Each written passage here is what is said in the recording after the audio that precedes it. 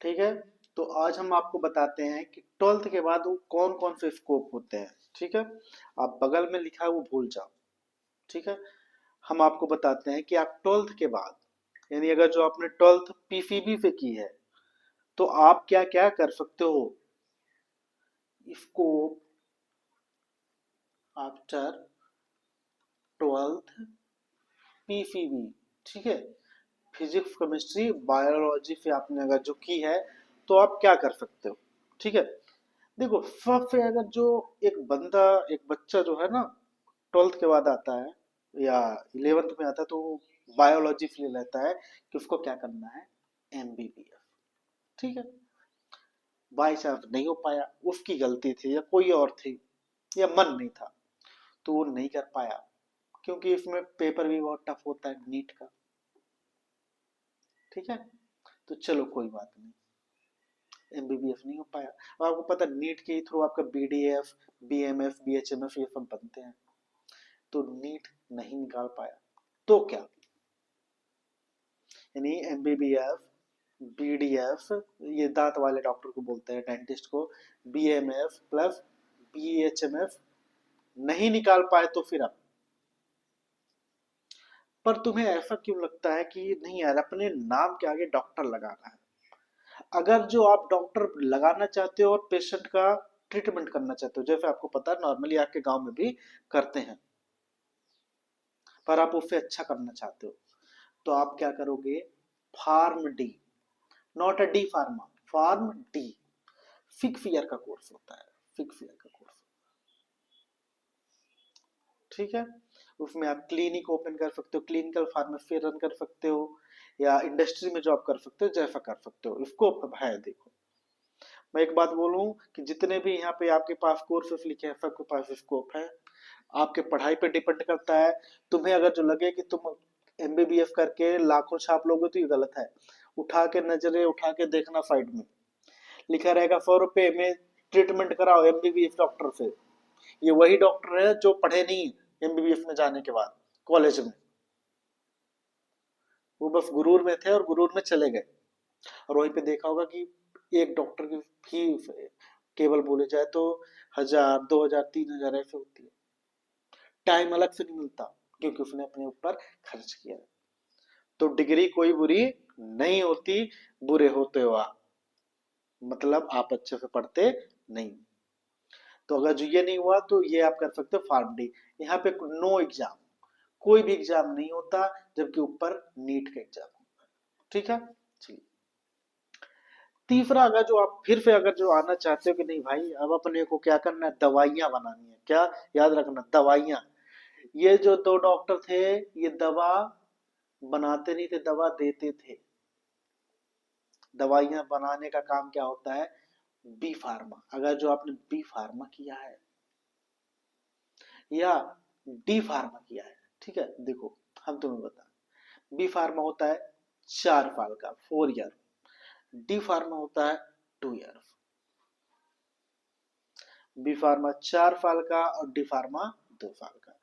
दोनों में आपको मिलेगा मेडिकल लाइसेंस। ठीक है, दवा खोलने के लिए, दवा की दुकान खोलने के लिए लाइसेंस मिलेगा दोनों में। 4 साल का ये है, 2 साल का ये है। और आपको हम इसको बताएं इसमें क्या है, चलिए। बी फार्मा डी फार्मा में हम आपको बता दें, बी फार्मा में खासकर, ठीक है, बी फार्मा का, ठीक है, हम आपको किसको बता रहे हैं, बी फार्मा का। आप यहाँ पे डीआई बन सकते हो, ड्रग इंस्पेक्टर, बहुत ज्यादा सैलरी होती है, गवर्नमेंट जॉब होता है, लाखों में सैलरी होती है।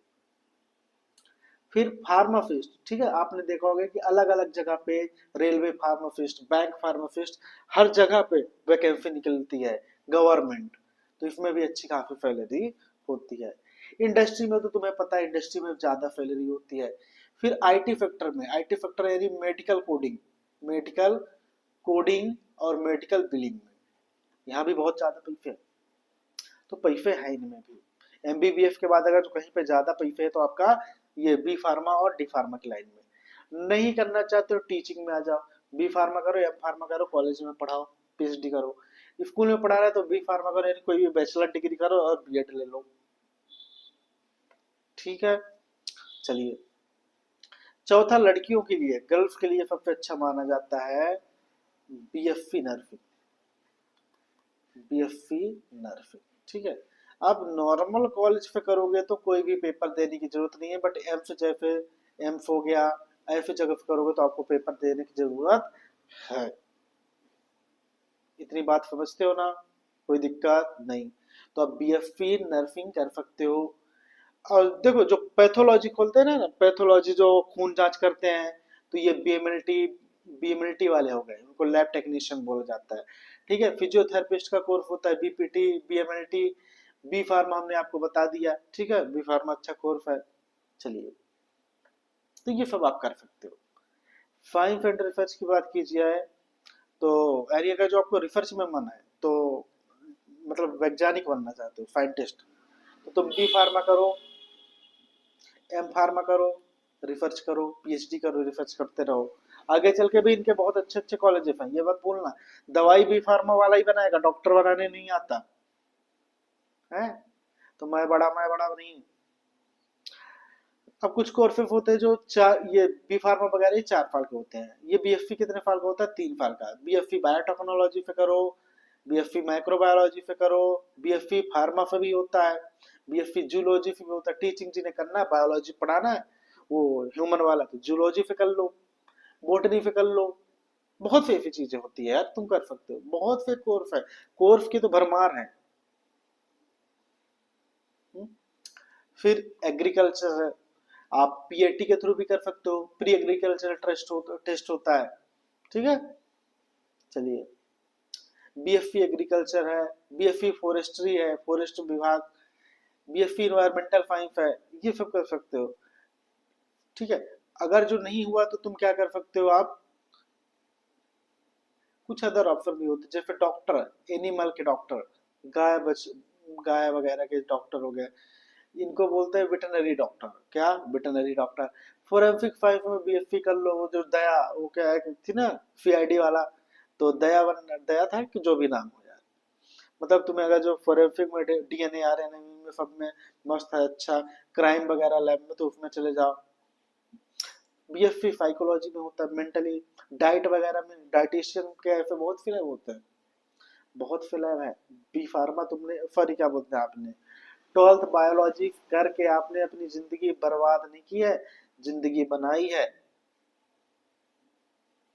बस रोना मत कि बी फार्म वो अपना नहीं हुआ, क्या बोलते हैं तुम्हारा, हम्म, उसको क्या बोलते हैं यार, एमबीबीएस, नीट नहीं निकला।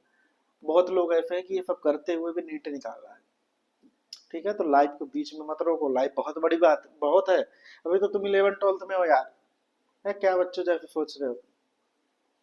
मैं फिर भी मैं बोलूंगा कि आप पहला ध्यान किसको दो, एमबीबीएस को, नीट को। नीट नहीं निकल रहा तो गोली मारो, उठाओ, तू नहीं कोई और सही।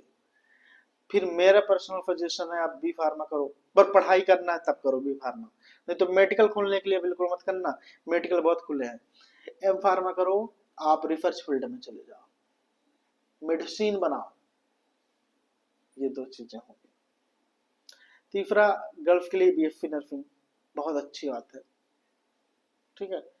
टीचिंग के लिए आप बीएससी एमएससी कर लो, जूलॉजी वगैरह में जिसमें करना हो, फिजिक्स में, केमिस्ट्री में, जो तुम्हारा मन, बहुत सी चीजें हैं।